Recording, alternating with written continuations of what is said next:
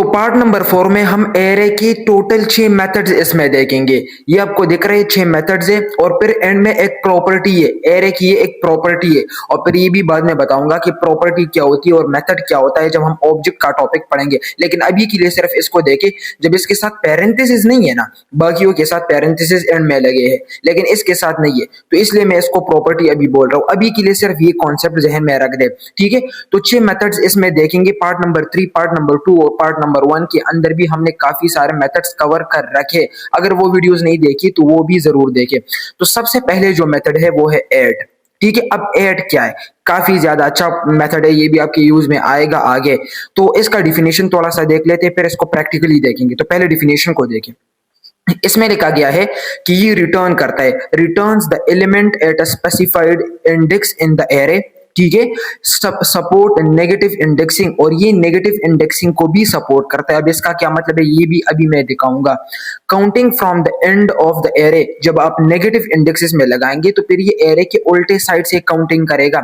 अब इसका क्या मतलब है इसको मैं आपको प्रैक्टिकली अभी दिखाता हूं। तो वीएस कोड पर अभी हम चलते हैं, लेकिन वीएस कोड पर जाने से पहले अगर आपने मेरा चैनल सब्सक्राइब नहीं किया और वीडियो को लाइक नहीं किया तो जल्दी से चैनल भी सब्सक्राइब कर दे और वीडियो को भी लाइक कर दे। तो मैं सबसे पहले क्या करूंगा, एक एरे बनाऊंगा जो कि हमने बनाना ही होगा। तो मैं क्या कर लूंगा, कौन से डिक्लेयर कर दूंगा कि वेरिएबल, और उसके अंदर मैं एरे डाल दूंगा और उसके अंदर कुछ लेटर्स डाल दूंगा, A B C and D, ठीक है।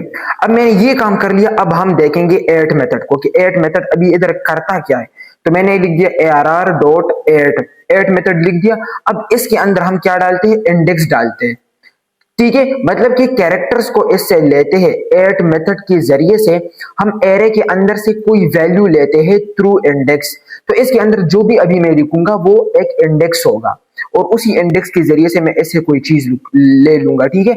अब मुझे लेना है बी, तो आप खुद से काउंटिंग कर दे। और आपको पता है कि इंडेक्स क्या होता है, यानी कि हर एक एलिमेंट की एक यूनिक आईडी होती है, एक यूनिक आईडी जिसको हम इंडेक्स बोलते हैं। अब यहां से अगर हम देखें तो ए का इंडेक्स है 0 और बी का इंडेक्स है 1, सी का है 2, डी का है 3। तो अब मुझे बी लेना है, तो बी का इंडेक्स क्या है, 1 है, क्योंकि ए का 0 तो बी का 1 हो गया। जब मैं इसके अंदर 1 लिखूंगा और मैं इसको क्या कर दूं, एक वेरिएबल में लिख दूंगा। तो वेरिएबल के अंदर मैं लिख दूंगा वेल मैंने एक नाम का वेरिएबल बना दिया, आप कुछ भी बना सकते हैं। अब मैं जैसे ही कंसोल कर दूं वेल को और कंसोल पर देख लूं तो मुझे मिल गया बी, तो ये बिल्कुल सही है, मुझे बी मिल गया। अगर मुझे लेना है सी, तो सी का इंडेक्स क्या है 2, तो इसके अंदर मैं लिख दूंगा 2 और जैसे ही मैं कंसोल देख लूं तो मुझे सी मिल गया। तो इसका ये मतलब है कि ये जो एट मेथड होता है इसके जरिए से हम एरे के अंदर से कोई ना कोई कैरेक्टर, कोई ना कोई वैल्यू लेते हैं और उस वैल्यू को हम लेते हैं किस चीज के जरिए से, ये इस इंडेक्स के जरिए से। तो उस कैरेक्टर का आपने इंडेक्स लिखना है तो आपको वो कैरेक्टर या फिर वो एलिमेंट मिल जाएगा। जस्ट एलिमेंट का आपने इधर इंडेक्स लिखना है, उस इंडेक्स के जरिए से आप उस एलिमेंट को ले सकते हैं। और फिर हमने इसके अंदर ये पढ़ा कि हम क्या कर सकते हैं, ये नेगेटिव इंडेक्स को भी सपोर्ट करता है। ये जो एट मेथड होता है ना, ये नेगेटिव इंडेक्स को सपोर्ट करता है। अब ये कैसे, अगर मैं इधर लिख दूं -1, तो अब अगर हम उल्टे साइड से देखें तो इसका -1 इंडेक्स है, तो मुझे डी मिलना चाहिए। तो जैसे ही मैं अब कंसोल देख लूं तो मुझे डी मिल गया, क्यों, क्योंकि उल्टे साइड से -1 होता है डी और -2 होता है सी। अगर मैं -2 लिख दूं तो मुझे सी मिलना चाहिए, देखो मुझे सी मिल गया। तो इसी तरह से हम नेगेटिव इंडेक्स का भी यूज कर सकते हैं एट मेथड के जरिए से। जो अभी हम इधर इंडेक्स लिख दे वो इंडेक्स किसका होता है, इसके अंदर किसी एलिमेंट का होता है। लेकिन अगर मैं कोई अपने आप से कोई चीज लिख दूं, लाइक मैंने लिख दिया 1000, तो मुझे मिलेगा एक अनडिफाइंड। अच्छा, अनडिफाइंड मिल गया। और हमारे पास एक और मेथड भी होता है जिसमें हमें एम्प्टी स्ट्रिंग मिलता है। मेरे ख्याल से वो स्ट्रिंग्स के अंदर एक मेथड था, कैरेट था कि एक था, ठीक है। तो हमें अनडिफाइंड मिलता है। अब अनडिफाइंड इसलिए मिल गया क्योंकि 1000 क्या है, 1000 एक बहुत ही बड़ा इंडेक्स है। तो ये इंडेक्स इधर, इस इंडेक्स पर कोई इस एरे के अंदर वैल्यू ही नहीं है, इस इंडेक्स पर इस एरे के अंदर कोई वैल्यू ही नहीं है, तो इसलिए मुझे अनडिफाइंड मिल गया। तो ये था एट मेथड। एट के बाद आता है इंडेक्स ऑफ। अब इंडेक्स ऑफ क्या होता है, ये returns the first index at which a given element can be found. अगर फाउंड ना हो जाए तो -1, इफ नॉट प्रेजेंट, ठीक है। यानी कि अगर आपने, अब इंडेक्स ऑफ एट का अपोजिट समझो कि है, क्योंकि ऐड के अंदर हम लिखते थे इंडेक्स, हमें मिलता था कैरेक्टर, कोई वैल्यू। अब इंडेक्स ऑफ के अंदर हम लिखेंगे कैरेक्टर, कोई वैल्यू लिखेंगे, कोई एलिमेंट लिखेंगे, उसके बदले हमें वो इंडेक्स देगा। और इसमें पे एक बात लिखी गई है कि returns the first index at which a given element can be found. अब ये फर्स्ट इंडेक्स क्यों कहा गया, मतलब इसमें एंड क्यों नहीं कहा गया, या फिर ये फर्स्ट क्यों कहा गया, इसी का एक रीजन अभी मैं आपको बताऊंगा, और वो क्लियर हो जाएगा जब मैं आपको लास्ट इंडेक्स ऑफ भी बताऊंगा।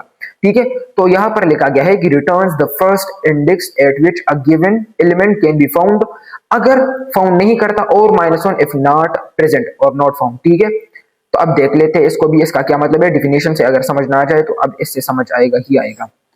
तो मैं क्या करूंगा, err डॉट इंडेक्स ऑफ, क्या नाम था, इंडेक्स ऑफ। अब इंडेक्स ऑफ के अंदर हम इंडेक्स नहीं लिखेंगे, हम लिखेंगे इसके अंदर कोई कैरेक्टर, मतलब इसके अंदर कोई एलिमेंट लिखेंगे।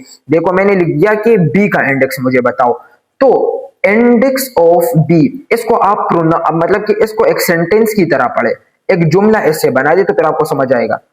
मैंने लिखा कि index of B, index of B, तो बी का इंडेक्स, तो इंडेक्स ऑफ बी जैसे ही मैंने लिख दिया, और ये जो भी इंडेक्स मुझे देगा वो इस वेरिएबल में मैंने स्टोर कर दिया, और उस वेरिएबल को मैंने कंसोल कर दिया। अब जैसे ही मैं देख लूं तो मुझे मिल गया 1। ठीक है, तो इंडेक्स ऑफ बी इज 1। अगर मैं ए का इंडेक्स देख लूं, index of a element, index of A, ठीक है, तो ये मुझे 0 देगा। अभी देखो मुझे 0 दे दिया। अगर मैं लिख दूं इंडेक्स ऑफ डी, तो मुझे मिलना चाहिए 3, तो जैसे ही मैं देख लूं तो मुझे 3 मिल गया। तो इसी तरीके से हम इंडेक्स ऑफ के जरिए से इस एरे के अंदर से इंडेक्स ले सकते हैं किसी स्पेसिफिक एलिमेंट के। अब इस एलिमेंट का मैंने इंडेक्स ले लिया थ्रू इंडेक्स ऑफ।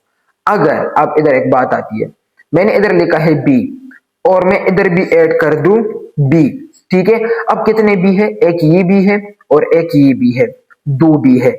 अब मैं इधर लिखता हूं बी, तो अब किस बी का मुझे इंडेक्स मिलेगा, ये तो है 0 और ये 1, तो इस बी का इंडेक्स है 1 और इस बी का इंडेक्स है 4, इस बी का इंडेक्स है 1 और इस बी का इंडेक्स है 4। ठीक है, ये याद रखना चाहिए। तो अब मुझे कौन सा मिलेगा, इसका इंडेक्स या फिर इसका इंडेक्स, तो चलिए देख लेते। तो मुझे मिल गया 1 वाला, मतलब कि जो पहला बी है उसका इंडेक्स मिल गया। लेकिन अगर मुझे कोई कहे कि नहीं मुझे ये वाली, इस वाले बी की इंडेक्स चाहिए, मुझे इस बी के इंडेक्स नहीं चाहिए, मुझे इस वाले बी के इंडेक्स चाहिए, तो फिर इसके लिए मैं क्या करूंगा, तो फिर इसके लिए आता है एक और मेथड जिसका नाम है लास्ट इंडेक्स ऑफ। अभी मैं उस पर आता हूं, बट अभी इसके अंदर एक और चीज बाकी है जो मैंने बताना था, -1। लाइक मैंने इसके अंदर लिख दिया x, ठीक है, इंडेक्स ऑफ x, मतलब कि इस एरे के अंदर जो x मौजूद है उसका मुझे इंडेक्स दे दो। तो इस एरे के अंदर तो कोई x कैरेक्टर है ही नहीं, कोई x एलिमेंट है ही नहीं, तो इस एरे के अंदर x नहीं मौजूद है, तो इसलिए अब इंडेक्स ऑफ रिटर्न करेगा -1। और जब भी आप -1 देख ले तो इसका मतलब होता है इन इस तरह के मेथड, सर्चिंग मेथड से जब आपको -1 मिल जाए तो इसका मतलब है कि आप कोई ऐसी चीज लेने की कोशिश कर रहे हैं जो कि मौजूद ही नहीं है। लाइक इधर इस एरे के अंदर x है ही नहीं और इस x की इंडेक्स को मैं लेने की कोशिश कर रहा हूं, तो इंडेक्स ऑफ ने मुझे दे दिया -1। -1 का -1 इधर ये रिप्रेजेंट कर रहा है कि ये मौजूद ही नहीं है, यानी कि x मौजूद ही नहीं है, तो इसका इंडेक्स किधर से आएगा। ठीक है, तो ये था इंडेक्स ऑफ। अब मुझे क्या करना था, मुझे लेना था b, और कौन सा b, ये, तो ये तो मुझे इस b का इंडेक्स देता है ना, मुझे b का इंडेक्स चाहिए, तो मुझे 1 मिल गया। ये इस बी का है, मुझे इस बी का इंडेक्स चाहिए जो कि 4 है, तो 4 लेने के लिए अभी हम एक दूसरा मेथड पढ़ेंगे, उसका नाम है लास्ट इंडेक्स ऑफ। अब लास्ट इंडेक्स ऑफ का अब इस तरह से है कि ये फर्स्ट अक्रेंस के एलिमेंट्स का इंडेक्स देता है और ये लास्ट, जो कि लास्ट एलिमेंट्स होंगे। लाइक देखो इधर भी बी था, इधर भी था, तो ये जो फर्स्ट अक्रेंस वाला बी है इसका इंडेक्स मुझे देता है इंडेक्स ऑफ, और ये जो लास्ट अक्रेंस वाला बी है इसका इंडेक्स मुझे देगा लास्ट इंडेक्स ऑफ। अब पहले इसका डिफिनेशन देख लेते। तो returns the last index at, देखो returns the last index at which a given element can be found searching backward from a specified index. बिल्कुल जो अभी मैंने बता दिया उसी तरह डिफिनेशन में भी लिखा गया है। तो अगर मैं इधर जाऊं और मैं इधर लिख दूं last index of, last index of मैंने लिख दिया और इसको मैं हटा देता हूं। तो अब देखो लास्ट इंडेक्स ऑफ का मतलब ये है कि लास्ट इंडेक्स ऑफ बी, मतलब कि ये जो आपको बी दिख रहा है ना लास्ट में, इसका इंडेक्स मुझे दे दो। लास्ट इंडेक्स ऑफ बी, इस वाले भी जो लास्ट अक्रेंस पर मौजूद है इसका मुझे इंडेक्स दे दो। अगर मुझे 4 इंडेक्स मिल गया इस केस में तो इसका मतलब है कि बिल्कुल वो काम हो गया जो हम चाहते थे। तो देखते हैं, हाँ मुझे 4 मिल गया, इसका मतलब ये है कि लास्ट इंडेक्स ने वो काम कर लिया जो पहले नहीं हुआ था सिर्फ और सिर्फ इंडेक्स ऑफ से। तो लास्ट इंडेक्स ऑफ का ये काम होता है कि जो इंडेक्स आप यानी कि आपने इस तरह से डुप्लीकेट एलिमेंट्स यूज किए एरे के अंदर, तो ये जो फर्स्ट अक्रेंस वाला है इसका तो आपको मिल जाता है index with the help of index of method, जो अभी मैंने इसको इससे पहले पढ़ाया। लेकिन अगर मुझे इसी डुप्लीकेट के मतलब कि इसी तरह के एलिमेंट है जो कि एंड में मौजूद है, अब मुझे इसका लेना है इंडेक्स, और लेकिन जब मैं इंडेक्स ऑफ से लेने की कोशिश करता हूं तो वो मुझे इसका देता है इंडेक्स। तो इसका इंडेक्स लेने के लिए फिर मैं लिखूंगा लास्ट इंडेक्स ऑफ, और लास्ट इंडेक्स ऑफ लिख के इसके अंदर आपने जो भी एलिमेंट लिख दिया जो कि 2 बार यूज हुआ हो, तो ये जो लास्ट में यूज हुआ ना एरे के लास्ट में अगर वो यूज हुआ हो, स्टार्ट में तो होगा यानी कि जैसे कि ये स्टार्ट में यूज हुआ ही है, अगर ये लास्ट में भी यूज हुआ हो तो आपको लास्ट वाले का इंडेक्स मिलेगा, फर्स्ट वाले का नहीं मिलेगा अगर आपने लास्ट इंडेक्स ऑफ लिखा है। उम्मीद करता हूं कि आप समझ चुके होंगे कि ये मैंने क्या बोल दिया। बाकी अगर नहीं समझे तो थोड़ा सा वीडियो को पीछे कर दे तो फिर समझ जाएंगे, फिर से देख ले। अब टू स्ट्रिंग है, काफी जरूरी है और इसको आप यूज करेंगे, ठीक है। अब टू स्ट्रिंग का क्या मतलब होता है, ये क्या करते हैं, and converts the array and its elements into a single comma separated strings representation। अब ये चीज आपको मैं एक दिखाता हूं, मैं पीछे जाता हूं तो हाँ इस पर ये लाइंस आ गई, ये मैंने लगाए थे। हाँ चलो मैं इसको हटा देता हूँ, मैं इधर इसको हटा देता हूँ। तो मैंने आपको कल इससे पहले पार्ट नंबर 3 के अंदर एक मेथड पढ़ाया था जिसका नाम था ज्वाइन, ये ज्वाइन मैंने आपको पढ़ाया था। अब ज्वाइन का काम था एरे को स्ट्रिंग में कन्वर्ट करना, और उसके अंदर फिर हम सेपरेटर भी खुद से डिफाइन करते थे, ये मैंने आपको पढ़ाया है, तो ये वीडियो फिर देख ले अगर आपको पता नहीं है इसके बारे में, मैंने डिटेल से पढ़ाया था। तो फिर ये टू स्ट्रिंग भी उसी तरह से क्या करता है, उसी तरह से एरे को स्ट्रिंग में कन्वर्ट करता है। क्या करता है, convert the array and its elements, array को और उसके एलिमेंट्स को क्या करता है, into a single comma separated string में क्या करता है, कन्वर्ट करता है। Convert the array and its elements into a single comma separated string representation. अब यहां पर लिखा गया इन कन्वर्ट, सीधा ही नहीं बोला convert the array and its elements to a string, ये लिखा गया है कि into a single comma separated string representation. अब इसका क्या मतलब है, स्ट्रिंग में तो कन्वर्ट करता है बट इसमें लिखा गया है कि स्ट्रिंग रिप्रेजेंटेशन। एरे तो होता ही है, बस सिर्फ उसका टाइप स्ट्रिंग हो जाता है। अब मैं आपको ये प्रैक्टिकली दिखाऊंगा तो आप ये समझ जाएंगे अगर आप डिफिनेशन से नहीं समझे। देखो, और पता भी चल जाएगा अगर आपने पार्ट नंबर 3 देखा है तो उसमें जो जॉइन था और ये जो टू स्ट्रिंग है इसके बीच में डिफरेंस भी पता चल जाएगा। अगर वो वीडियो देखिए तो वो देख ले, वरना फिर आपको डिफरेंस समझ नहीं आएगा। अब मैं क्या करता हूं, इस एरे को मैं कन्वर्ट करूंगा किसके अंदर, मैं इस एरे को कन्वर्ट करता हूं ARR डॉट टू स्ट्रिंग, मैंने टू स्ट्रिंग लिख दिया। अब जैसे ही मैं क्या कर दूं, CLG कर दूं वेल, ठीक है। अब मुझे क्या मिलेगा, वैसे मैं इधर str लिख देता हूं अभी के लिए, str ठीक है, वेल नहीं लिखते, मीनिंगफुल वेरिएबल लिखना चाहिए ना। अब मैंने str लिख दिया, अब मैं देखता हूं तो मुझे क्या मिलना चाहिए, हाँ समझ गए। अब ये क्या है, ये स्ट्रिंग है बट कोमा सेपरेटेड, सारे के सारे कैरेक्टर्स है, लेटर्स है, कोमा सेपरेटेड है। क्यों, क्योंकि यही एज इट इज एरे ही स्ट्रिंग में कन्वर्ट हो गया। अगर मैं इसका टाइप देख लूं तो टाइप ऑफ str अगर मुझे स्ट्रिंग मिला तो इसका मतलब है कि टू स्ट्रिंग ने इसको स्ट्रिंग में कन्वर्ट कर दिया, बिल्कुल मुझे स्ट्रिंग ही मिल गया। तो इसका मतलब है कि ये अभी प्रॉपर स्ट्रिंग है, तो ये स्ट्रिंग में कन्वर्ट हो गया। बट ये उसी तरह कोमा कोमा आ गए, मुझे कोमा को हटाना है तो कोमा को मैं अभी नहीं हटा सकता।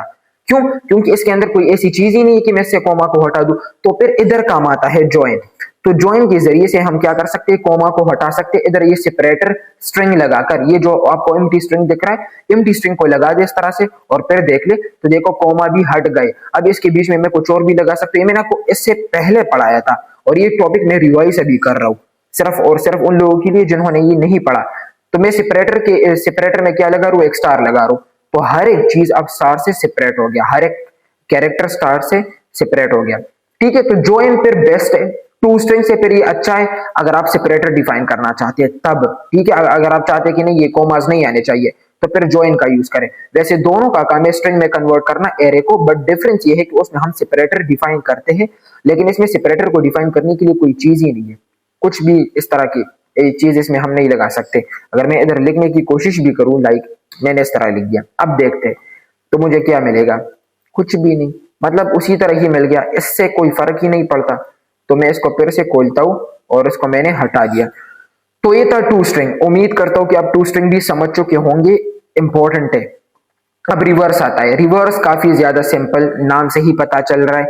तो reverse is the order of elements in an array in place modifying the original array. Original array, ये बात याद रखिए, ये बात जरूर याद रखें जब भी इस तरह की बात आ जाए कि मॉडिफाइंग द ओरिजिनल एरे, या फिर म्यूटेट नहीं करता ओरिजिनल एरे को। म्यूटेट का भी मतलब है मॉडिफाई करना, म्यूटेट मीन चेंज करना।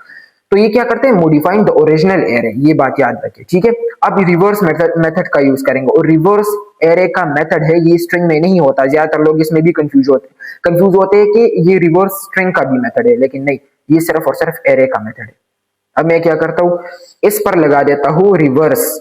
अगर मैं लिख दूं इधर ARR2 और इधर भी लिख दूं ओके ARR2, अब मैंने रिवर्स के साथ पैरेंथेसिस नहीं लगाए, अब मैंने इसको इसके साथ लगा। अब देखते हैं कि क्या होता है।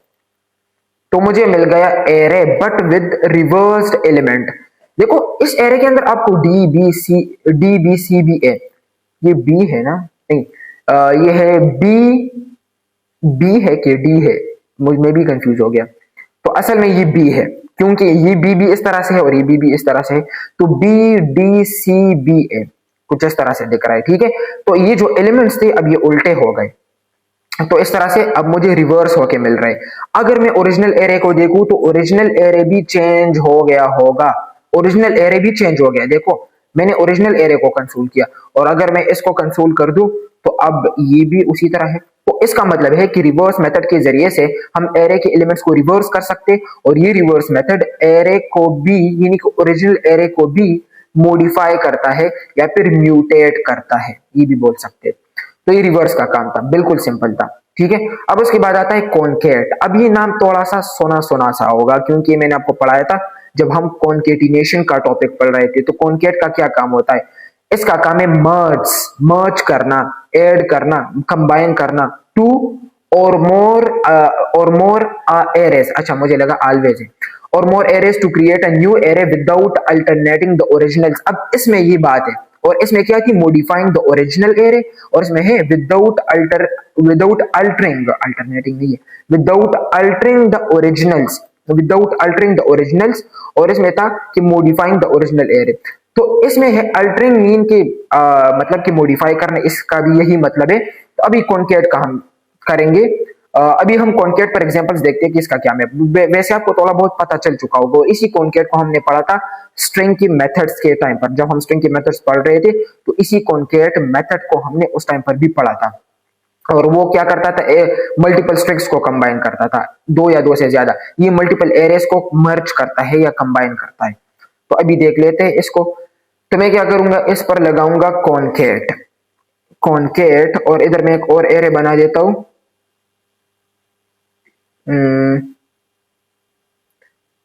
एरेस, और इधर मैं एक और एरे बना देता हूं। इस एरे के अंदर इसको मैं ARR2 दे दूंगा, और इसको ARR1 दे दूंगा, और इसको ARR1, और इसके अंदर मैं कुछ और डाल दूंगा, लाइक 1 2 3, और फिर मैं एक और एरे भी बना दूंगा जिसको मैं ARR3 नाम दे दूंगा, और इसके अंदर मैं और एलिमेंट्स डाल दूंगा 3 के बाद 4 5 6, ठीक है। अब देख लेते हैं इसको। मैंने कहा कि ARR1 के साथ कॉन्केट कर दो ARR2, ठीक है। मैंने कहा कि इस ARR1 के साथ कॉन्केट कर दो, मर्ज कर दो, किसको, ARR2 को, और फिर मैंने एरेस मल्टीपल एरेस, यही मतलब है मेरा। अब जैसे ही मैं देख लूं तो मुझे कुछ इस तरह से दिख रहा है, यानी कि A B C D B और 1 2 3। तो ये जो अलग अलग एरे थे अब वो भी कंबाइन हो गए, तो एक ही एरे उनसे बन गया, मर्ज हो गए with the help of concat method. अब ये क्या था, मैंने दो एरेस को कर दिया, लेकिन हम दो से ज्यादा भी कर सकते हैं। मैं इधर कोमा लगा के इधर लिख दूंगा ARR3। अब मैं देखूं तो मुझे 4 5 6 भी मिलना चाहिए। तो देखो ये एक एरे था, ये दूसरा एरे था, और ये तीसरा, तो सारे कंबाइन हो गए और एक ही एरे के अंदर मुझे दिख रहे मर्ज हो गए। तो ये क्या था, कॉन्केट के जरिए से। तो आप क्या करें, पहले इधर एरे लिखे, पहली एरे इधर ही होनी चाहिए, कॉनकैट से आगे तो पहली एरे फिर डॉट कॉनकैट और फिर और एरेज होंगे, उनको कॉमा सेपरेटेड लेके जितने भी आप ऐड करना चाहते हैं ARR 4 करके, ARR 5 करके, ओके ARR 5 और भी लिख सकते हैं। अभी मैंने ये नहीं बनाया बट समझ चुके होंगे कि मल्टीपल एरेज को हम कॉनकैट कर सकते हैं। और अगर मैं ओरिजिनल एरे तो वैसे मल्टीपल है तो without altering the original one, ये जो इसमें लिखा गया था विदाउट अल्टरिंग द ओरिजिनल्स को कोई अल्टरिंग मतलब उसमें कोई चेंजेस वगैरह नहीं आते। तो ये था कॉनकैट मेथड। अब इसके बाद आता है मेथड, नहीं है, मैंने आपको स्टार्ट में भी बताया था कि ये एक प्रॉपर्टी है, प्रॉपर्टी। अब मैंने प्रॉपर्टीज को क्यों बोला, क्योंकि इसके साथ पैरेंथेसिस नहीं है। वैसे रीजंस और भी है और उसको भी देखेंगे, लेकिन आसानी के लिए, क्योंकि मैंने ऑब्जेक्ट का टॉपिक नहीं पढ़ाया और ऑब्जेक्ट के को डिटेल से अभी तक हमने नहीं पढ़ा है, तो इसलिए मैंने ऐसे ही बोल दिया ताकि आपको याद हो कि जब पैरेंथेसिस साथ में हो, ये मून ब्रैकेट इस तरह से, तो फिर समझे कि ये मेथड है। लेकिन अगर नहीं हो तो फिर ये एक प्रॉपर्टी है, सिर्फ एक पैटर्न दिमाग में रह गए। अब ये क्या काम करता है कि a property that return the number of elements contained with in the array. ठीक है, तो ये क्या मतलब कि एरे के अंदर नंबर ऑफ एलिमेंट्स, जितने भी एलिमेंट्स मौजूद हो उनका काउंट हमें बताती है। एरे के अंदर नंबर ऑफ एलिमेंट्स का काउंट बताता है कौन, ये लेंथ प्रॉपर्टी, नॉट मेथड। ठीक है, मैं इधर जाऊंगा और इधर जाके आपसे मैं क्या करूंगा, और ये लेंथ मैंने आपको पढ़ाया था स्ट्रिंग के टाइम पर, उसमें भी लेंथ होता है, स्ट्रिंग के टाइम पर भी मैंने आपको ये पढ़ाया था। अब मैं लिख दूंगा इधर, इसको ARR कर दूंगा, इसको ARR कर दिया, इधर सेमीकोलन, और इधर मैं लिख दूंगा ARR डॉट लेंथ, बस लेंथ लगा दे। अब पहले इसको हम काउंट करते हैं, तो इसमें कितने एलिमेंट्स है, एक एलिमेंट, दो एलिमेंट, 3 4 5, टोटल 5 एलिमेंट्स है इस एरे के अंदर। तो मुझे कंसोल पर 5 मिलना चाहिए। हाँ, तो मुझे कंसोल पर मिल गया 5। तो इसका मतलब ये है कि लेंथ ने बिल्कुल सही तरह से इसको काउंट कर दिया। अगर मैं इसको हटा दूं, और लेंथ का काफी ज्यादा यूज आएगा आगे, इसको बार बार आप यूज करेंगे, तो इसको बी से देख ले, सिंपल है काफी। अब कितने एलिमेंट्स है, 2। तो जैसे ही मैंने लेंथ प्रॉपर्टी लिख दी और मैं देख लूं तो मुझे 2 मिल गया। बाकी ये रह गया था, तो इसलिए मैंने इसको भी ऐड कर दिया, मेथड्स के अंदर भी ऐड कर दिया, तो कोई मसला नहीं। बस याद रखे, सिंपल है, लेकिन इसको अभी से अच्छी तरह से याद रखें और इस एक एक पर प्रैक्टिस भी करें। बाकी मैं आपको गिटहब का सारा कोड दूंगा, कोड आपको मैं हर वीडियो में देता हूँ। इससे मतलब कि जब हमने एरे के मेथड स्टार्ट कर रखे, इन वीडियोस में मैं आपको कोड देता हूँ, तो ये इस पर मैं एग्जांपल से लेकर आपको कोड दे दूंगा, फिर उसको देख ले, या फिर अगर खुद से करना चाहते हैं तो खुद से भी प्रैक्टिस कर सकते हैं। बाकी मैं आपको कोड दे दूंगा तो वो भी देख सकते हैं। तो अभी की इस वीडियो में बस इतना ही, मिलते हैं नेक्स्ट वीडियो में। आपका बहुत बहुत शुक्रिया।